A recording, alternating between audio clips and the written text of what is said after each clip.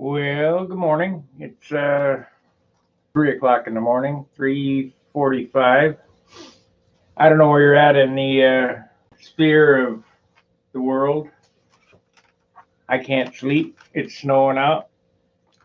I figured that I would put up another video. I can't believe it. Somebody's up with me. Anyway, what I'm going to do today is take the Dr. paper and finish covering the rest of the stab, elevator, so on and so forth.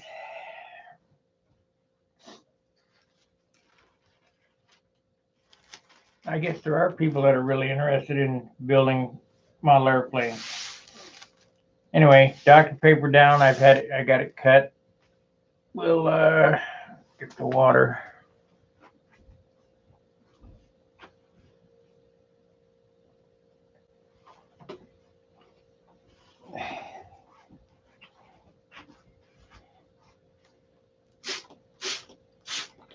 Wet it out.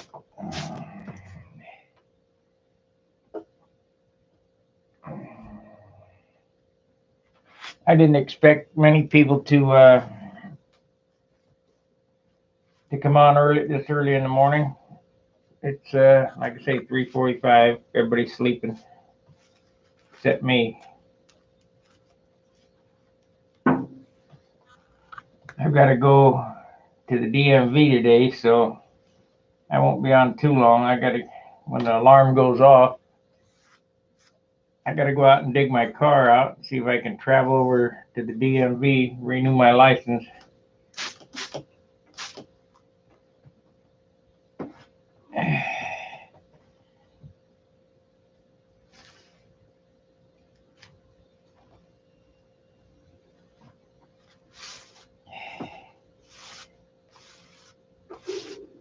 This airplane has to be done. It has to be framed up and ready to start finishing within the next 30 days. So I don't have a whole lot of time to waste.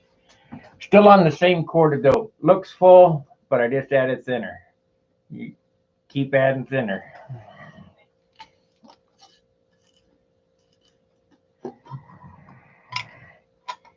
You get all the thinner you want.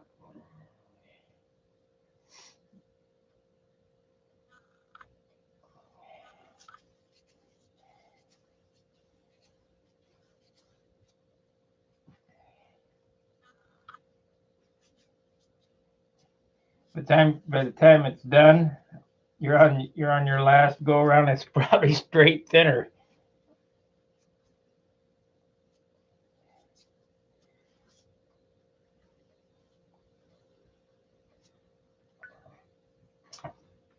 So let's do another one here.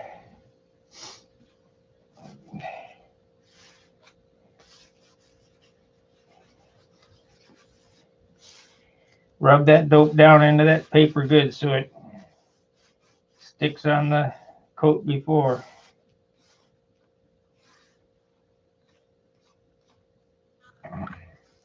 I'll set this aside and you do the other elevator. I need to I got to be kind of quiet here because everybody's sleeping. So I can't be my loud self. No.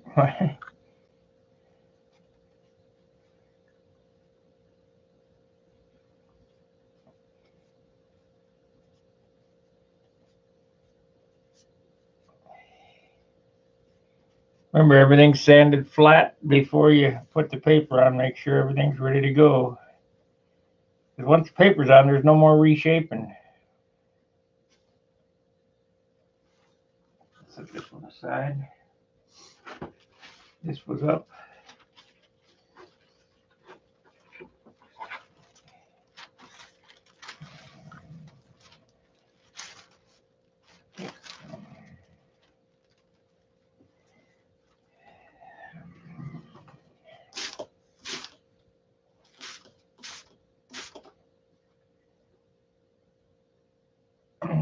Now, if I was really slick, thank you for the thumbs up.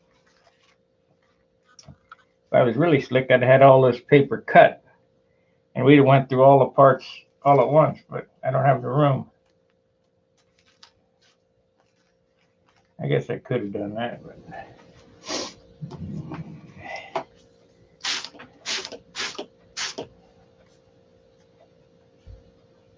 but I didn't.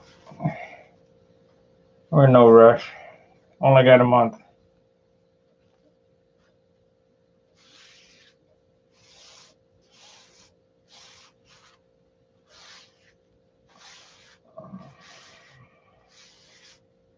This thing needs to be ready to fly in May.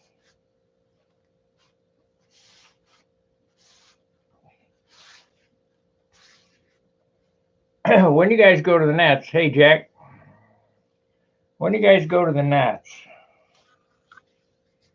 this is what I do. I look at all the airplanes. I see which airplanes are nicely built, nicely finished, and the shapes that I like. And immediately after the Nationals, I mean, within the next week, I start building.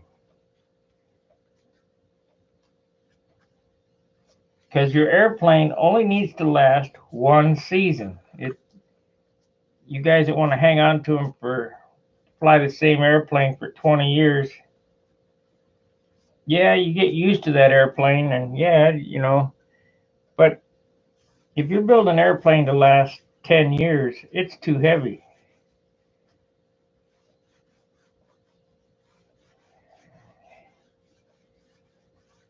The reason why Billy's Thunderbolt has lasted for 20 years or whatever, I don't know how old it is, but I think it's 89 or 90. It's pretty old. We were talking about it. He doesn't fly it. He brings it out and flies it at the Nationals or whatever and puts it up. Gets 4 or 5 flights a year.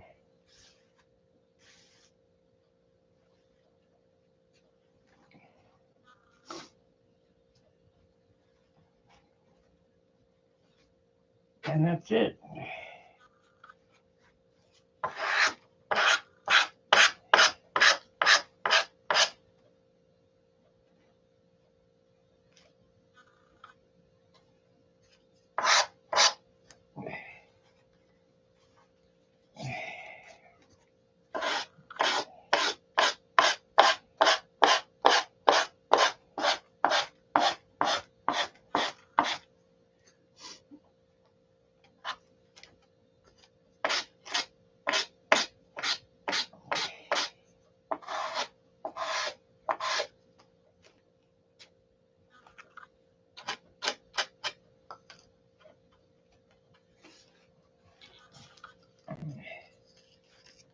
Well, this is it.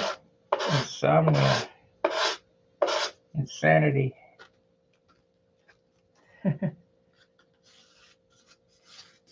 2 watchers and 1 thumbs up.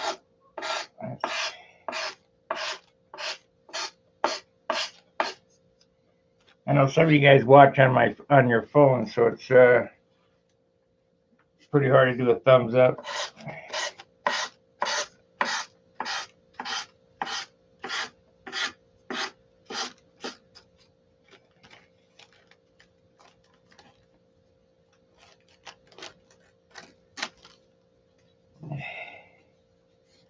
One of the things that gets me about Stunt Hangar, we got guys on there that are perpetual beginners, and they want to give advice on how to do this stuff, and it's wrong.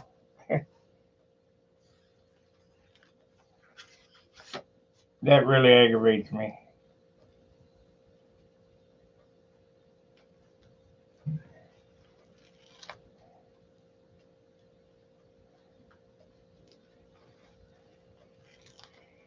And when it's blatant, I'll call them out on it, but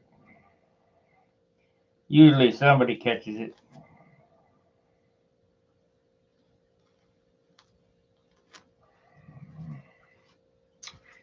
Okay, on my style of hinges, you want to make sure to wrap the tissue around those blocks to lock them in.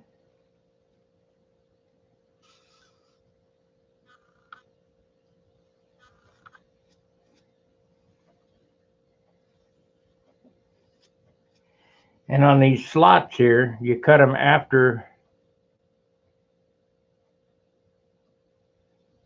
Hey, Craig, on these slots, you want to cut them after the tissue's dry. So don't worry about cutting them in till the tissue's dry.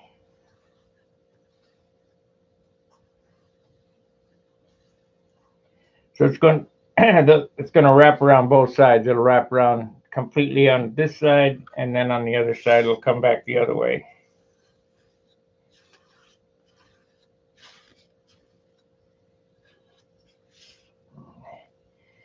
Now this area here might be a little difficult because it's a compound curve back the other way. So we'll make a slot here.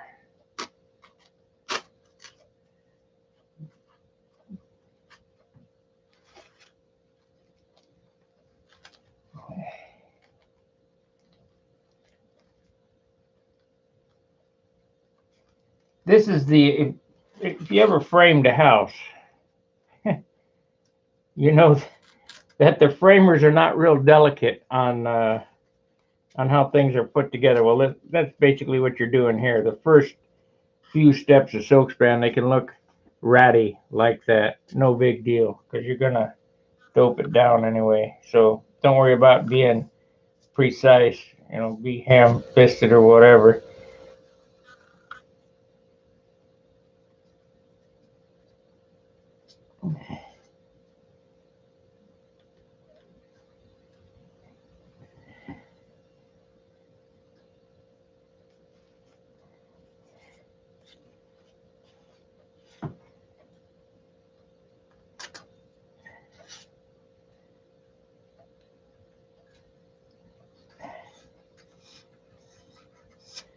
Rub it in real good.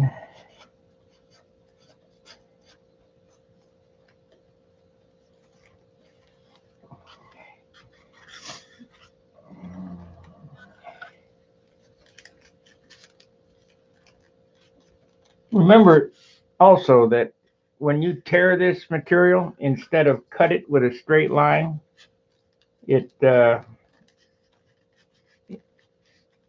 like I'm doing here, it hides the seam easier.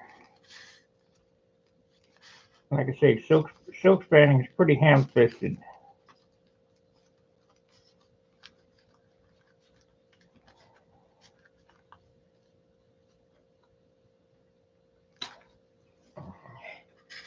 And that line will go away.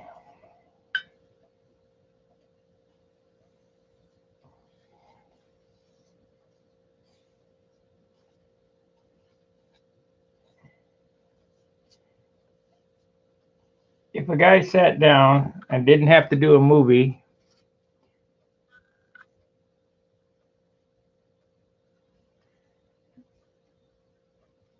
what is the name? Yes, it's the same dope. Keep topping it off with thinner.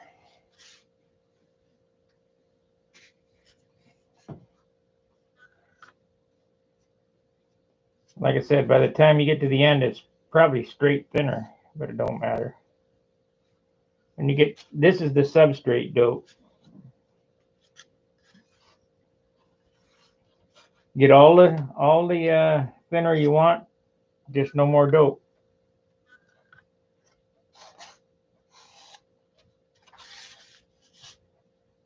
Okay, that's one.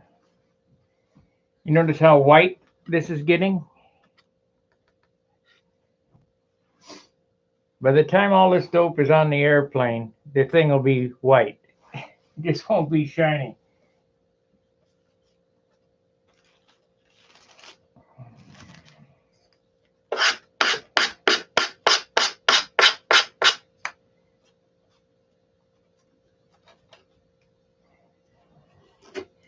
So if you're going to paint your airplane purple, you know, a dark, deep purple, hey, add some purple paint dope to the clear.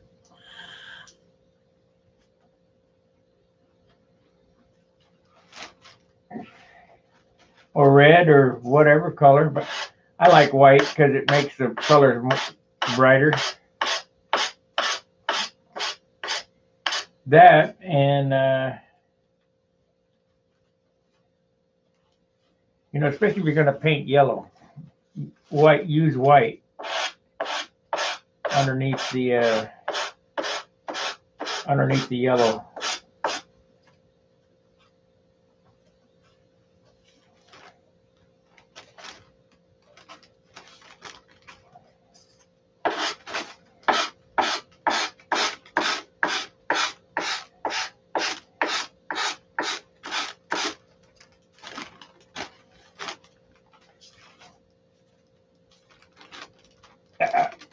Come on now. Tore it off the corner. Damn. Oh well. We'll add a piece.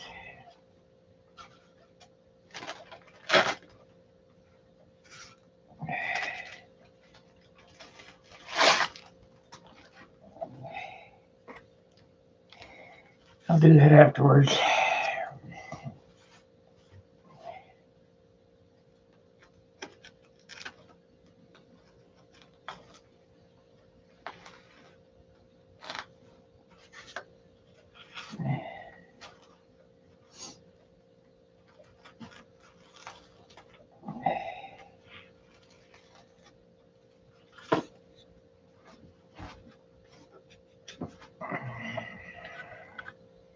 Remember, if it's hard, you ain't doing it right.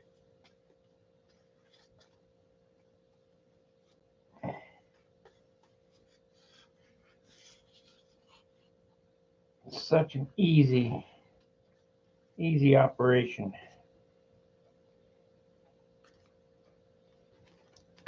Ah.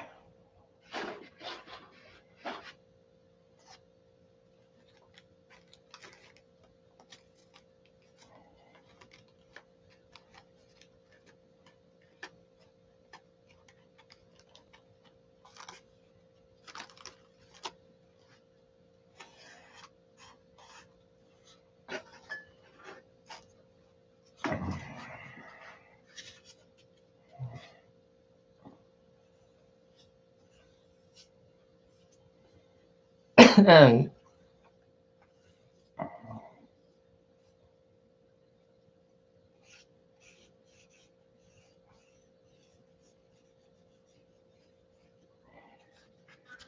my finishing method will yield a 6 to an 8 ounce finish, depending on how much top coat you just have to put on.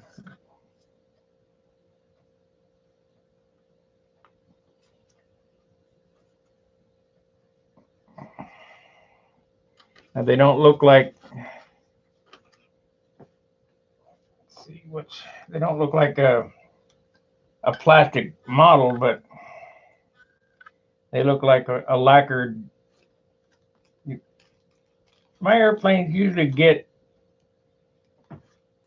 18, 19 points, so that's plenty good.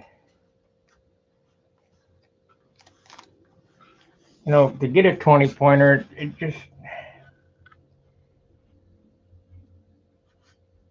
what the heck am I doing here? Yeah, is that right? Yeah.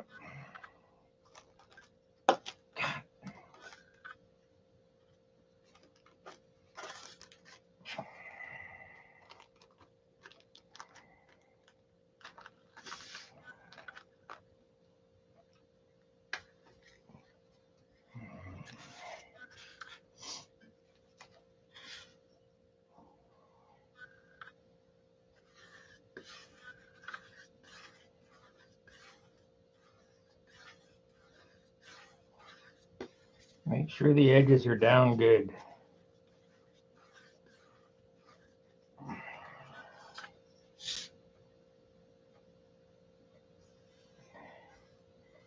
Basically a messy project, but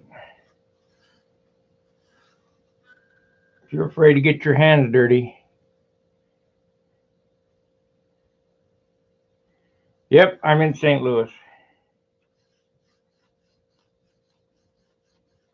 Can't do this in my apartment in Dayton. I'm sure the neighbors would freak out.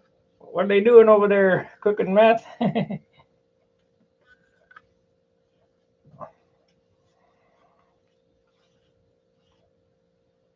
Pretty smelly stuff. See, that warped that already. But I'll show you the rudder. The rudder's complete. If you watched yesterday's video, this rudder was warped in all different directions. But now it's straight.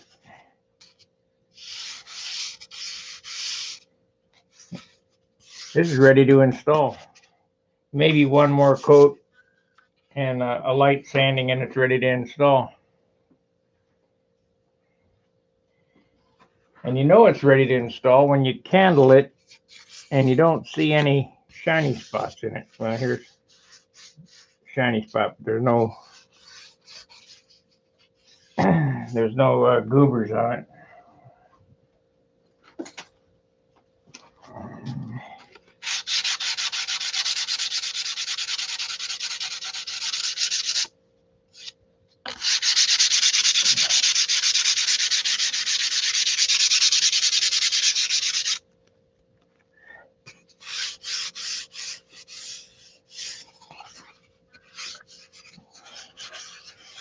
Yep, this is gonna be a nice airplane if I keep it light.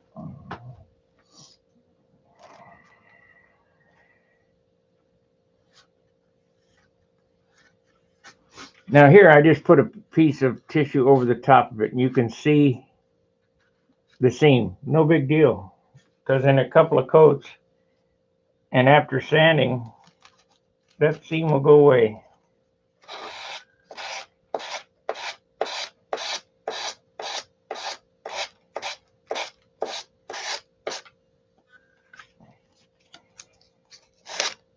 Ah, if I can get it to stay down.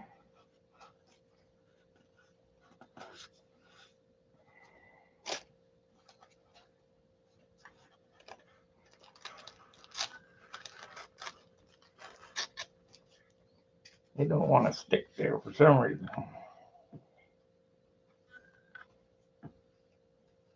Might be because of the CA.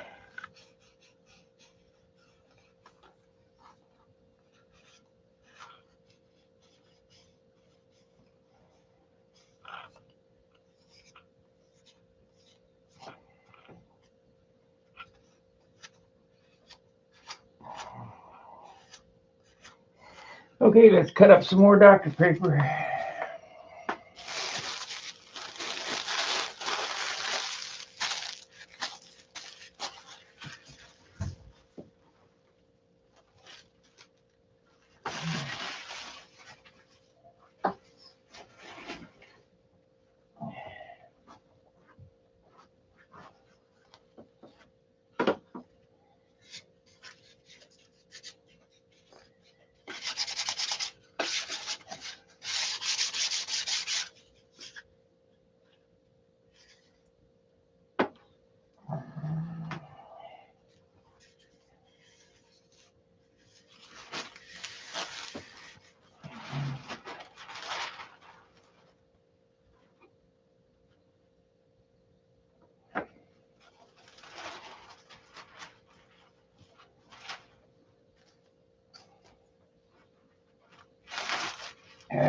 Razor blade dull again.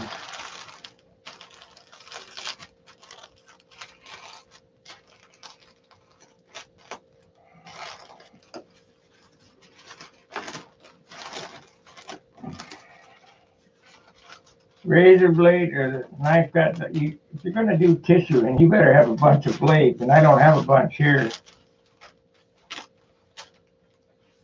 They're all in Dayton.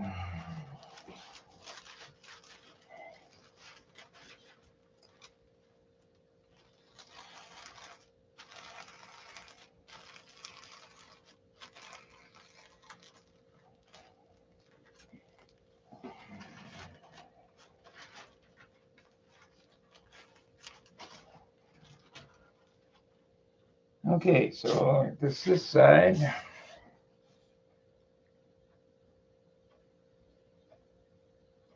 No filler coats with talc. Too heavy. Talcum powder is Jimson. it's rock.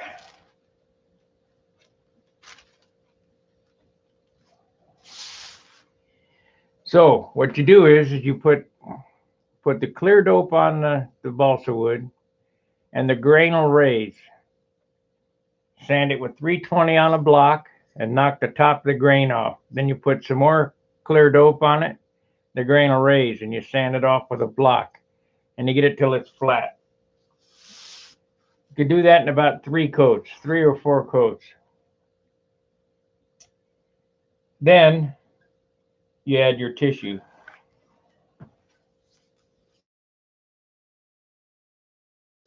Oh, what am I doing here?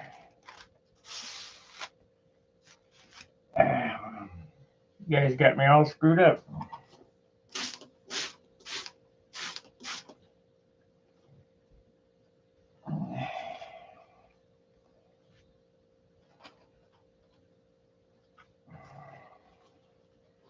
Why the water instead of just the dope?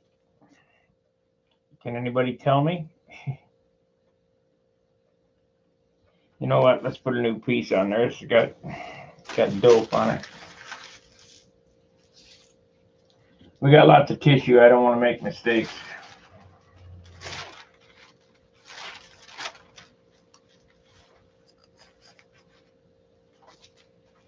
Can anybody tell me why the water has to go on there?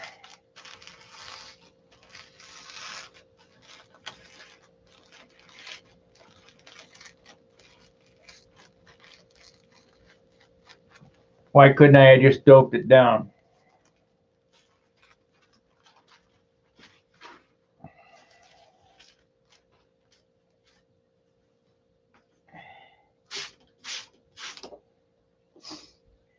Well, I'll tell you.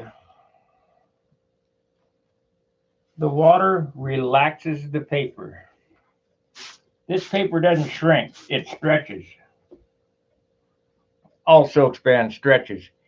It doesn't shrink. It relaxes the paper so that when you pull the wrinkles out, when it goes back to its natural state,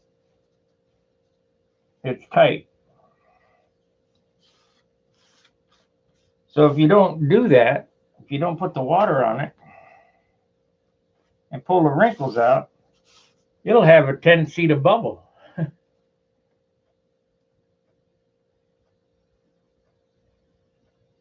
Yep, that's right, Ricardo.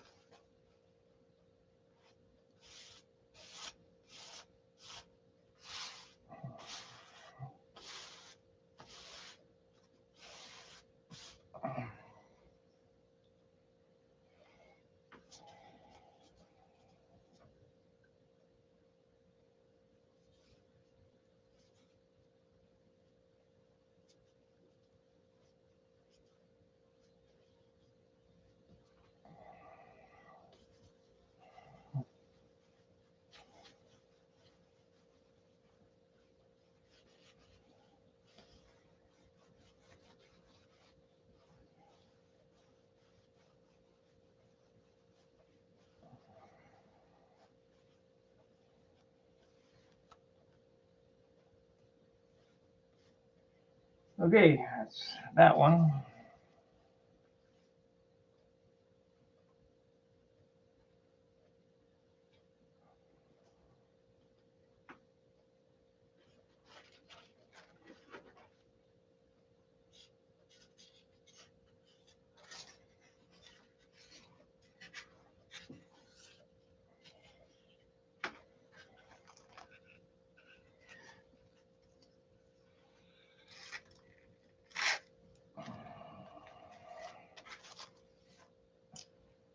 I see where I'm making a mistake on getting my videos found. From now on, this will be Hangar Rash control line. I guess the metrics works off keywords, and because I looked at a bunch of videos to see what their titles were, and unless you know that you're looking for Hangar Rash, you don't know what you're looking for. So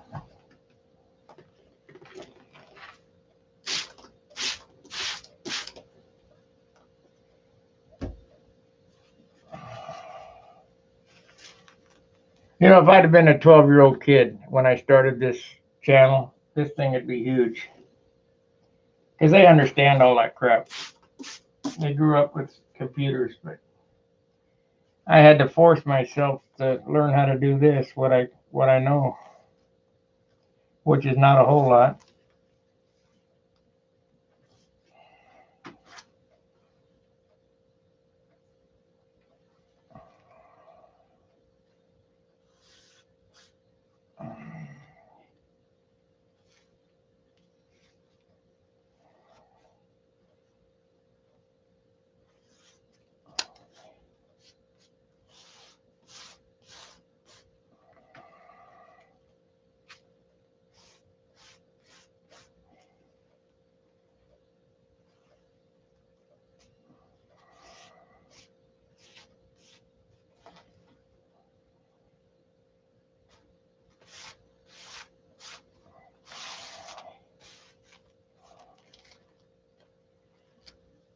T-shirts are about done.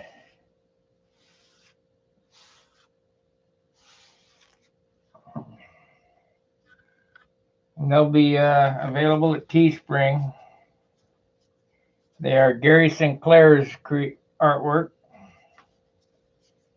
just like the thumbnail for this video.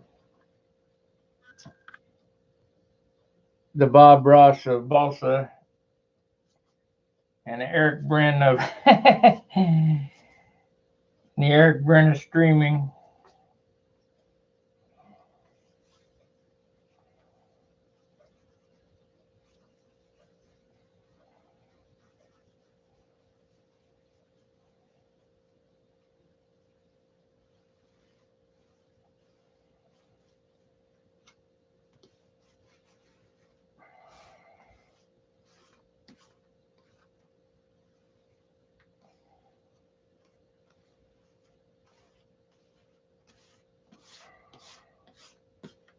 Okay.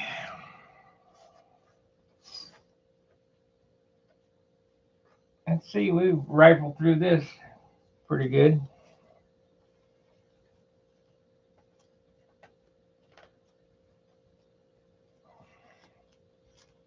I want this to go around the corner, so I'm pulling this loose and we'll dope it down on the other side. Kind of sealing it the whole thing in. And you don't worry about the edges because the dope and the sanding will take the edges off.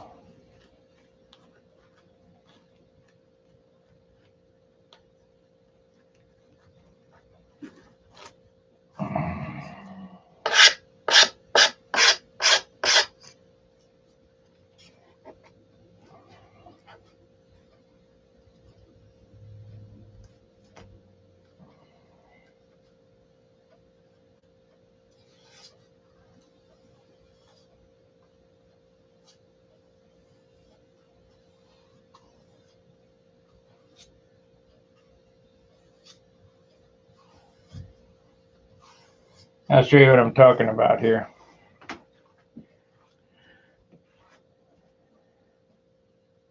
The Harry Potter building. If you look right here, I don't know if you can see it or not. Like right there, there's a booger there. Don't worry about it. I want to make sure that the trailing edge is sealed and that there's a booger there. When we come back and sand that and then put the second coat on it, it'll all disappear.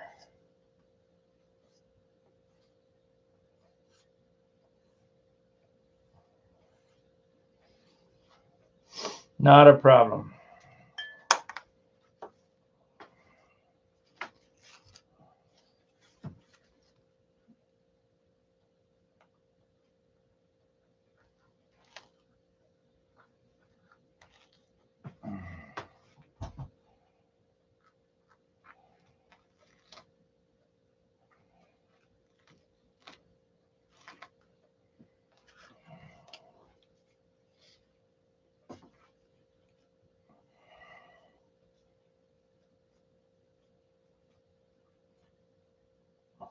Because your job is to sand all that stuff smooth.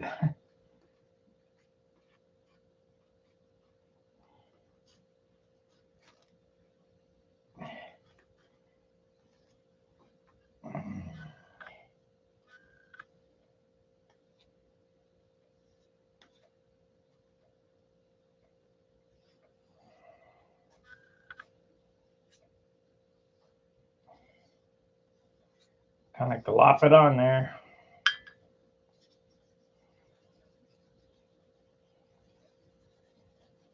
Rub it in. This is the easy part. Covering's easy. Everything's easy. The sanding is what gets you. You better love sanding if you're going to build.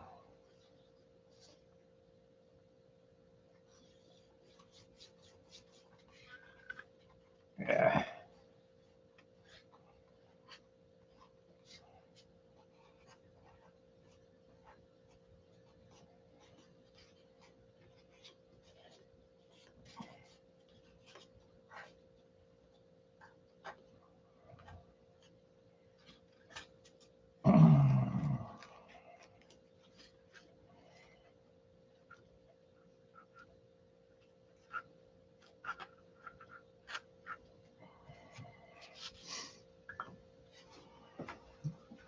I thought you were the Harry Potter of building. He used to live in a cupboard under the stairs, no room. Oh, yeah, well, that's true. Till I come home, and I got a big shop here.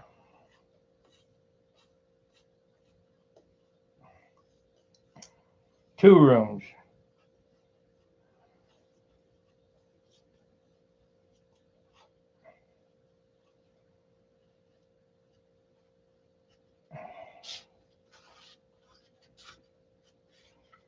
Okay, let's, come on now.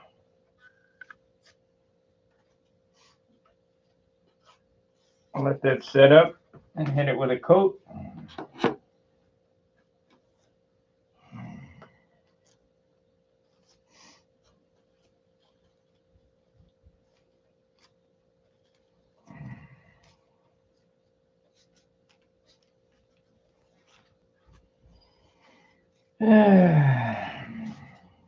Man, this has got to be boring for you guys, but if you want to see me do it, I'll be more than happy to show you.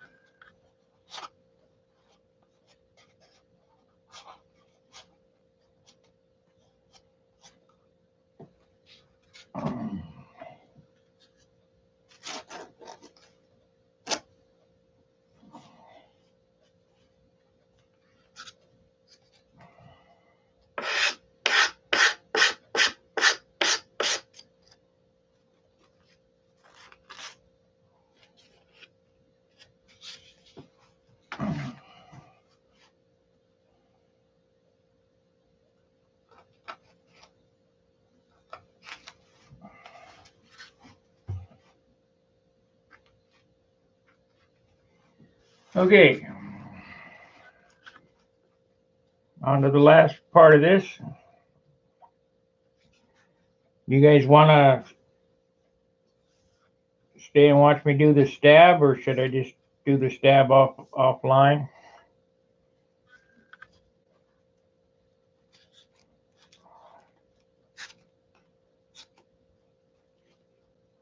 Because it's all the same thing over and over and over again. The whole thing is just repetition. It's just ridiculous.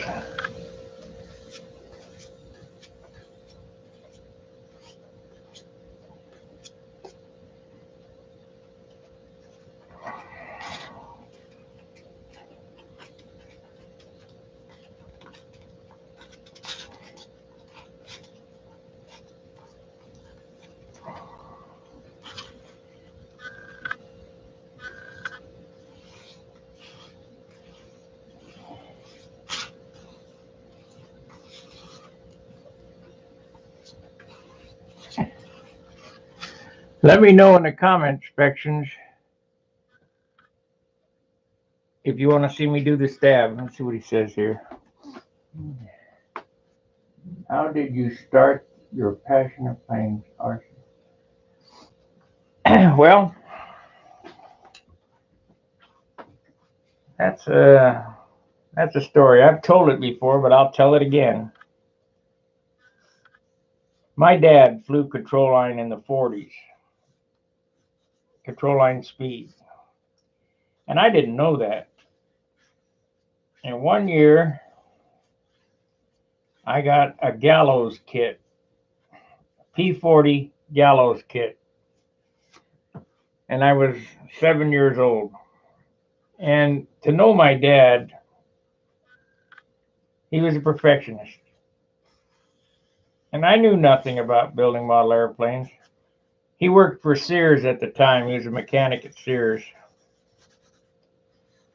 And he had this green toolbox, green workbench out in the garage. And he said, if you want to learn something in life, learn how to build these. I said, okay, well, we'll figure it out. So we didn't have X-Actos back then. We just had double-edged razor blades. And you take the double-edged razor blade and you break a matchbook, the backbone off the matchbook, and stick the double-edged razor blade into the backbone.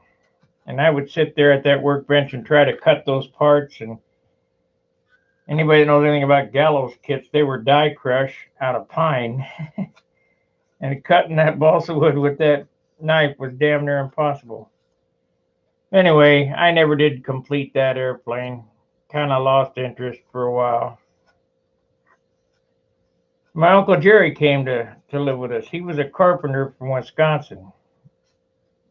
And he decided that he would, because he flew with my dad, he decided he would build some half-A stuff. So I picked it back up with my Uncle Jerry out in the garage, building little half-A combat airplanes. And we had some fun. So then he worked for Laidlaw's Harley Davidson. He was a carpenter, but he switched trades and went to be a mechanic on motorcycles. And that's where my passion for motorcycles came from, too, my uncle. And he bought him a Bob Palmer Thunderbird kit. And we built that, or he built that airplane on the kitchen table at my house, because he was staying with us. He had a motorcycle crash. He jumped over Interstate 10 and broke his leg, and so he was laid up. So he built this Thunderbird, and he was using Aerogloss dope with talc in it. It was a purple airplane. He put the talcum powder in the purple and sanded and was showing me how to finish and do all that stuff. And that smell, it just, I mean, it attracted me, that smell. So I started building my own stuff. And the passion just grew. And my dad could see that the passion grew. And my dad ended up, he left Sears and he opened a pool supply store. And my mom had nothing to do, so they opened a hobby shop toy store next door. So basically, they were funding my hobby. Now, I started building in the little bedroom, and I got so much stuff that in that little bedroom that my dad said, you know what, we're going to swap bedrooms. I got the master bedroom. So I got the master bedroom and I filled it up with airplane stuff. And my dad moved out his cars out of the 2-car garage, and I moved out into the 2-car garage and filled that up with airplane. So how did I get the passion? It just kind of creeps on you.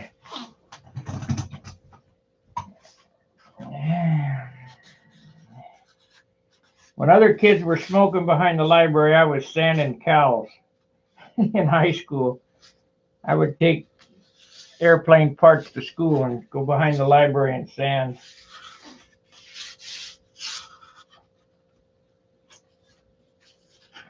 I had this Canadian friend, Rob Gow.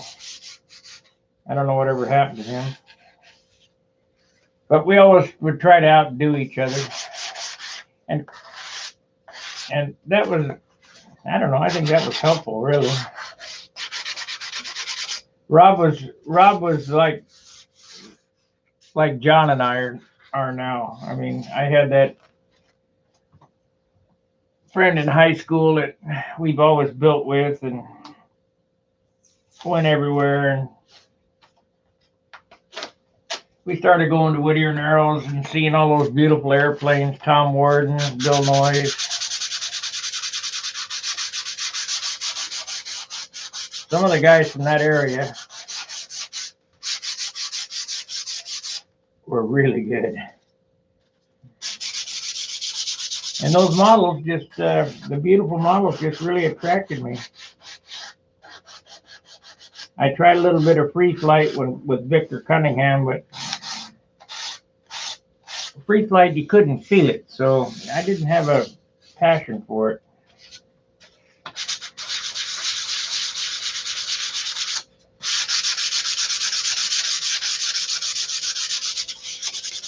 And that's the story how I got started.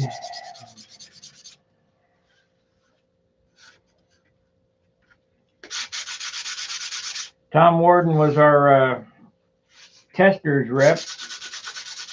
Vic Cunningham was our pettit rep, which was hobby epoxy. So I used to go to Bill Noyes' house and say, what are you doing? How you doing? What are you doing about this? How come you're doing it that way? What's with all that stuff?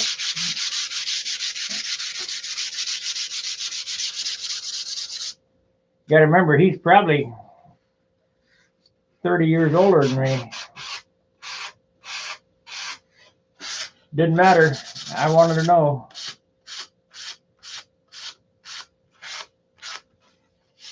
Got to be at least 20, maybe 30.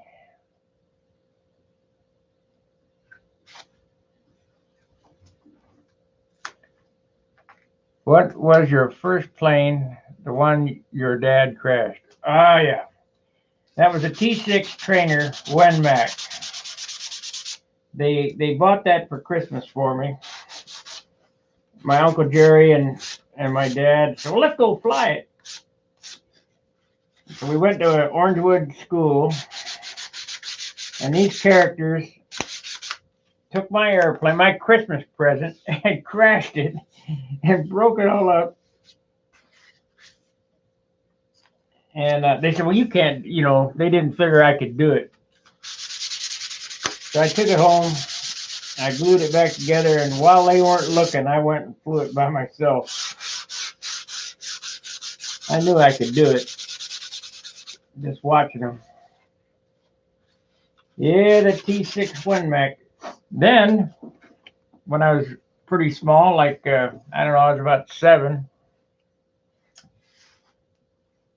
my mom and dad convinced Ted Pettit, I didn't know it was Ted, but Ted Pettit, which was our neighbor, to come over as Santa Claus. And I was it's when I still believed in Santa Claus, and they gave me a die cast. I wish I still had that airplane. It'd be worth some money. A die cast Navy trainer. It was so cool. Had the wings folded, and it was neat. So you got to remember, back when I was a kid, airplanes were new. You know, we had the X-15, the X-1. Kids down the street, and I would draw airplanes for hours and hours and hours on big rolls of paper. Flight was new and it was exciting. You know, is he going to break the sound barrier? They're going to, you know, how fast you going to go? At that time, Don Garlitz hadn't even reached 200 miles an hour with a dragster.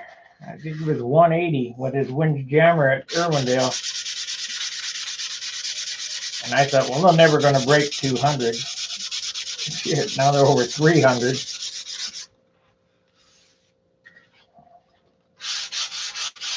Summer nights, you could sit on the patio and listen to those dragsters run at Irwindale. That was like 25 miles away. 1969, on the back patio with my dad. I had built a Voodoo, it was orange, and I had a McCoy 35 on it, which was, you know, ridiculous. Should have had a Fox or something on it, something that was really good, but, you know, I was a kid. Anyway, we were starting that baby when they landed on the moon, and I can remember Vin Scully from the Dodgers announcing that they landed on the moon. Vin Scully was a famous announcer of the time. You probably could Google his name, and he would come up.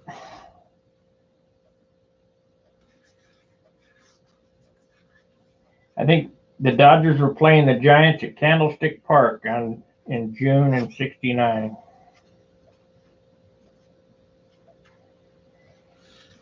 Just certain things I remember, you know, from control. Everything in my life I can remember from a control line airplane. What I was doing in the Navy, you know, control line airplane. I used to drive the commander of the base crazy. I had a 100-mile-an-hour Ringmaster. It was Ringmaster red, white, and blue with a G2135 Super Tiger on it. And if anybody knows anything about Millington, which we tried to find that pad again, there was a concrete pad between the hobby shop and the church. And the barracks, you know, the Quonset huts were, I don't know, maybe 200 yards away. Well, you start a Super Tiger with an 888 torpedo prop on it and a pacifier, and it opened up, they scream. And we would fly on Sunday between the church and the hobby shop, and that thing would ring. You could hear it ringing off the wall. They said, the commander said, you might want to wait till later on in the day to fly that. What was really neat is I can't remember what you call them, the commander of the barracks or whatever allowed me to have all that stuff in the barracks as long as I kept my barracks clean, you know. We built in the hobby shop. We flew at night in Millington. We'd drive down Highway 51 and find a Sears parking lot that was lit, and we'd fly at night. You know, who's gonna bother Navy guys playing with toys? Nobody. Speaking of that, I can remember being in the Navy. I came home, I had a watch cap on and a pea coat. I had a 45 on the dashboard and getting stopped by the cops. It was laying right up on the dashboard. And the cop said, "How you boys doing?" I said, "Well, we're great." He said, "I see you got." Yeah, I got. I mean, they didn't do nothing. They didn't say anything. Now you probably get shot.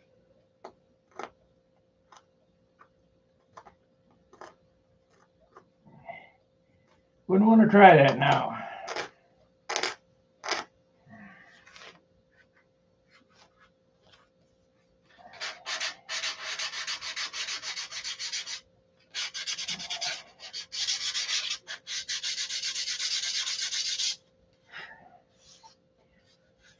Me and my cohorts made it from Millington, Tennessee to Los Angeles in 22 hours.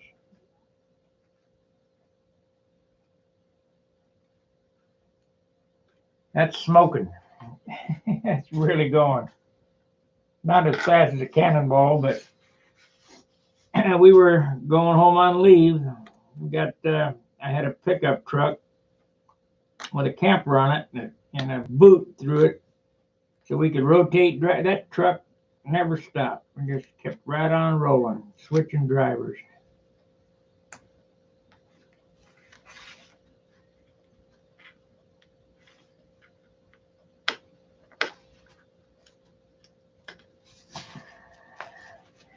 Had a lot of fun when I was a kid.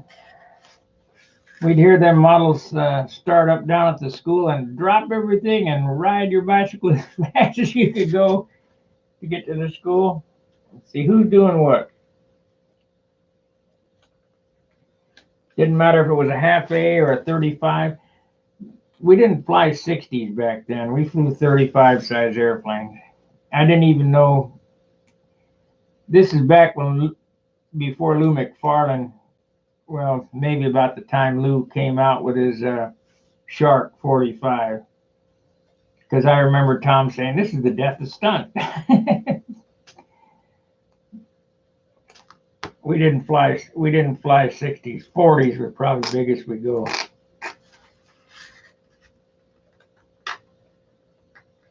And now that's all we fly is 60s. 60s and bigger. Because they've made these airplanes into lumber wagons. I don't have enough dope on that. It's starting to rip the paper up. So we'll get another coat of dope on that.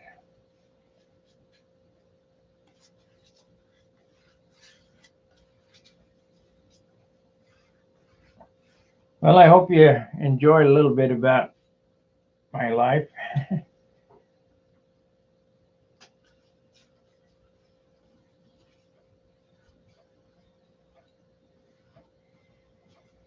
Been about model airplanes, that's for sure.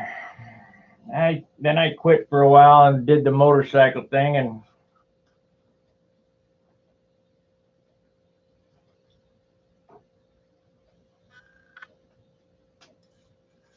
I was looking on eBay. This is how I got back into it after a layoff. Looking on eBay, and I saw a Top Flight Nobler ARF. I said, all right, I will take one of those. So I bought it and went to Booter. I bought an FP40. I went to Booter Park, flew this thing, flew that thing, and said, "Man, this sucks. I gotta build one."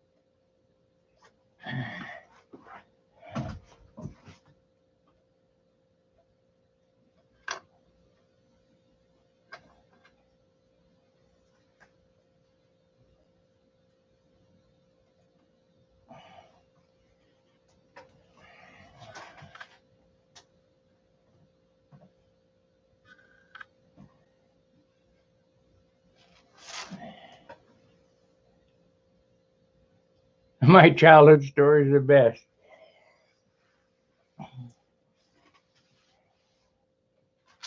I was a real character when I was a kid. My mom used to like to wear wigs, so she had styrofoam head and blonde wig. Well, I was pretty blonde when I was a kid, and she had a short wig, and so they were out partying one night or whatever, and I put stuffed a pair of pants and a shirt, and put that dummy head in there, and I hung it. I hung it with a noose in front. She about come unglued. She thought I hung myself. Not even. Then they'd come home and there'd be girls sanding stuff for me on the workbench. She said, "How in the hell you get the girls to sand for you?" Well, when I hang around, you got to sand.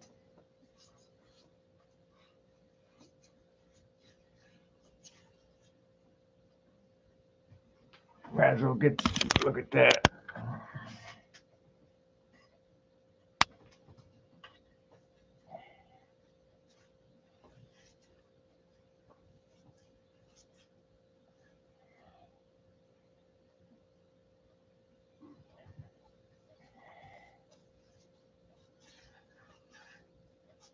So we guess I'll get 3 or 4 coats until it starts to shine.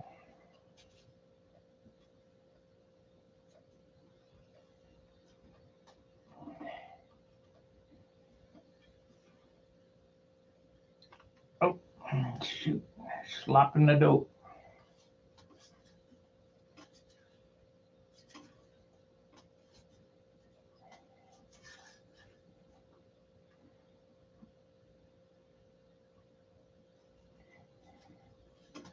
All right, we know you're making them. Where is it? Yeah, I know. We weren't making them. You could check the place out.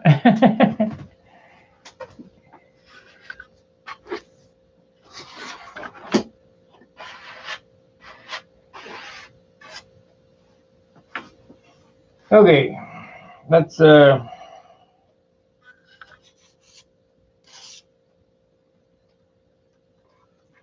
that's the underside. I got a big gnarl over here on this corner, but I'm not gonna fix it till after the paper's on.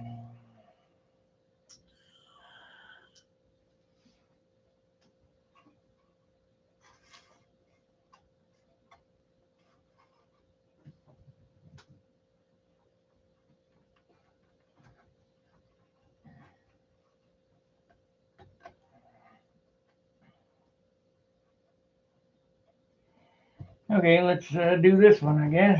Get a couple more sticks.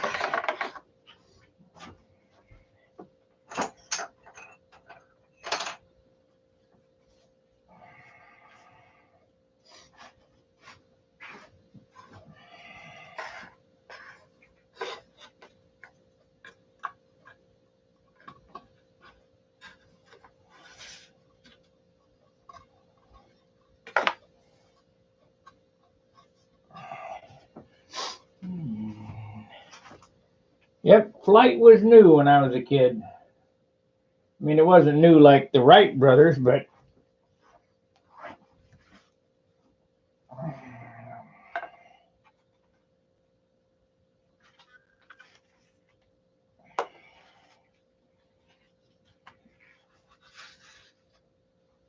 the World War II is still fresh in everybody's mind.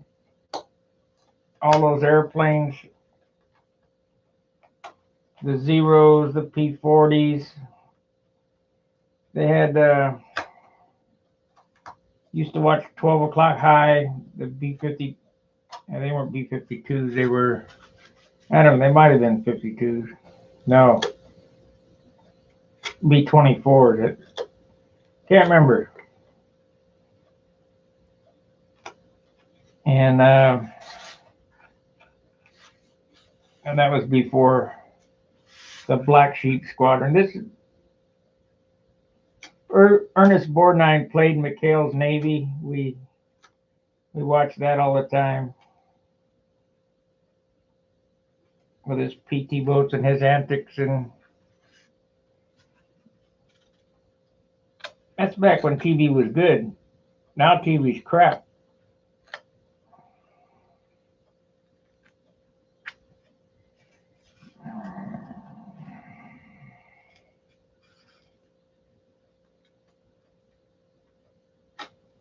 They had this TV show called Sky King. He had some kind of beach, twin engine beach. He was a policeman that had to go from place to place in his airplane. He air cop. I don't know what the hell he was. Those are the shows that interested me.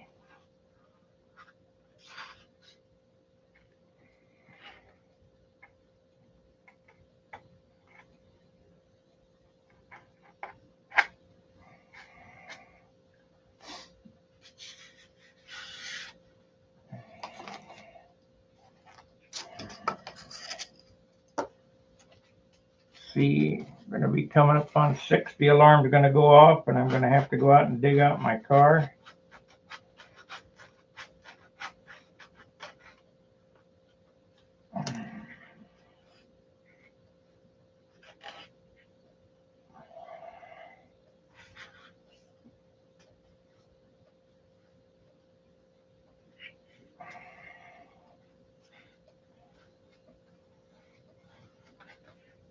I want to be first in line. I don't, and I'll bet you, even though I'm up this early, I'm not first in line. I don't want to. I don't want to wait.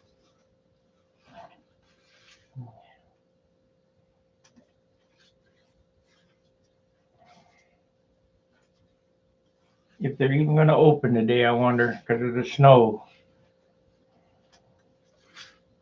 If I show up, they better show up. I can tell you that.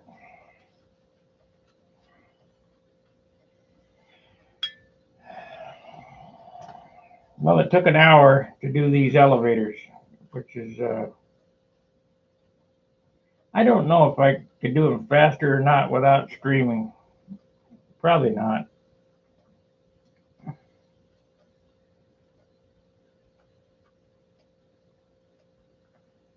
Because all this is somebody to talk to, whatever. Try to keep you entertained. Not very entertaining to watch a guy sand or dope. But hopefully you pick up something along the way that I've done that I picked up from somebody along the way.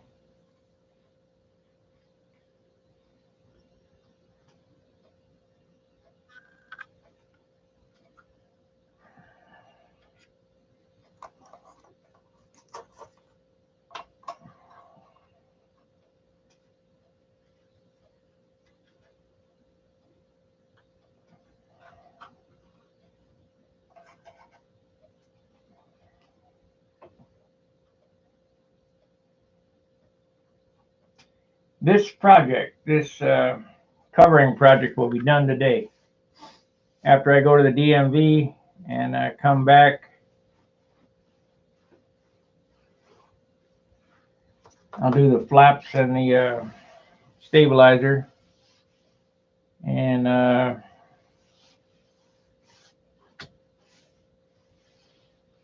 probably, I don't know what I'm going to do. I don't know what I'm going to do. I'm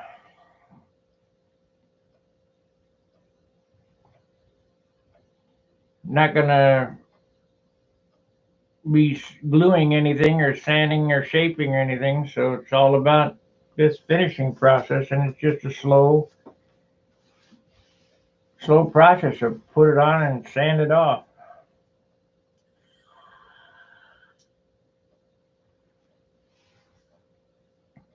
Not much you can do.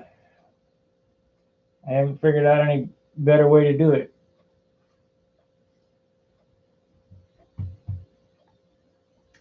Anyway, appreciate you watching. The alarm's going to go off here in 5 minutes, so let me see.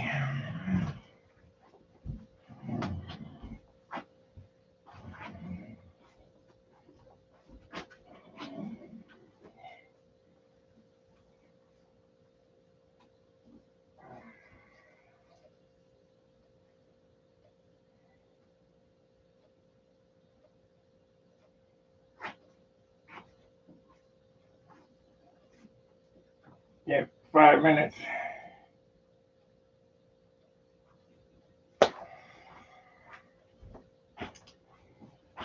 And then it's time to go dig the car out.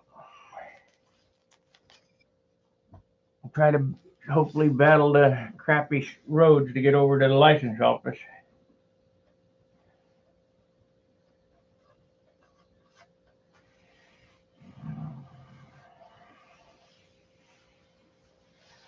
All right, guys, thanks for watching. I guess we'll round this up. You know, I didn't expect anybody to be on this time anyway, but I appreciate it. So we'll see you after the license office. See ya.